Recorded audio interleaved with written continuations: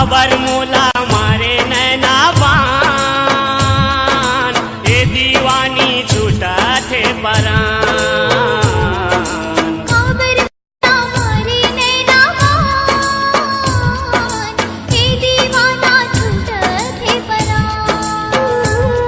का जादू तैह चलाए वो मोर सुध बुधला बिसराए वो।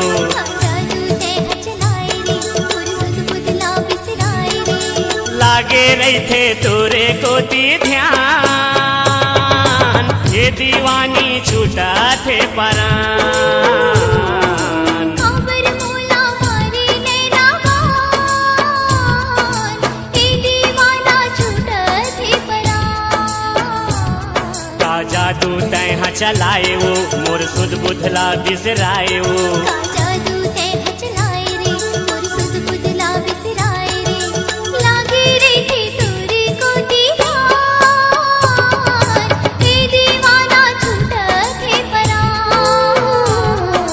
काबर मोला मारे नैना बान, ये दीवानी छूटा थे परान।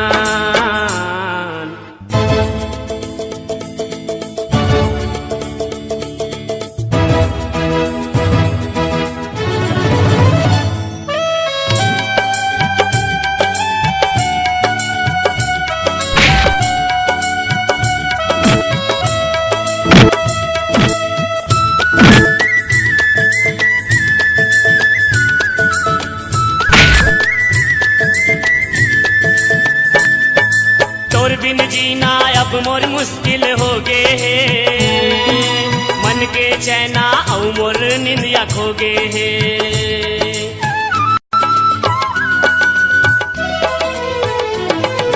जिस तोरे हाल है तस मोरो तो हाल हवे, लागे तक दिन मोर पर एक साल हवे।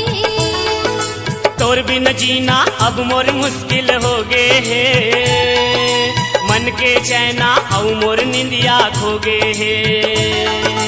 जिस तोरे हाल है तस मोरो तो हाल हवे, लागे तक दिन मोर पर एक साल हवे। लहू बन के रग में समाए वो तोर बिन काहि नहीं सुहाए वो। लहू बन के रग में समाए रे, तोर बिन काहि नहीं सुहाए रे। लागे रही थे तोरे कोती ध्यान,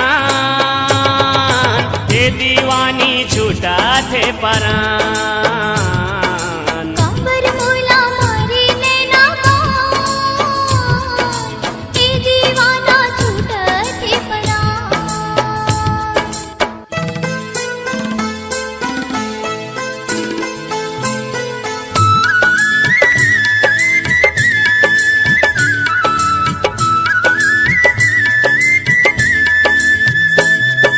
सरग के सुख हर तुर आगू मां सिद्धा है, दूर माया की घन बोली मिठा है।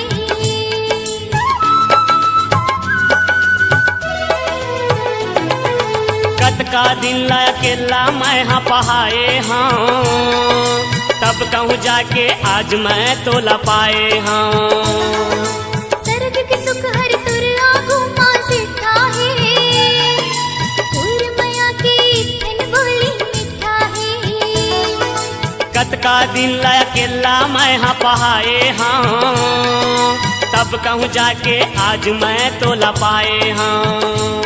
बोली बदरस तुर भाई रे, नहीं जाना होगे काय रे। बोली बतरस तोर भाई वो नहीं जाना होगे काए वो। लागे रही थे तोरे को दीवान, ए दीवाना छूटा थे परान। काबर मोला मारे नैना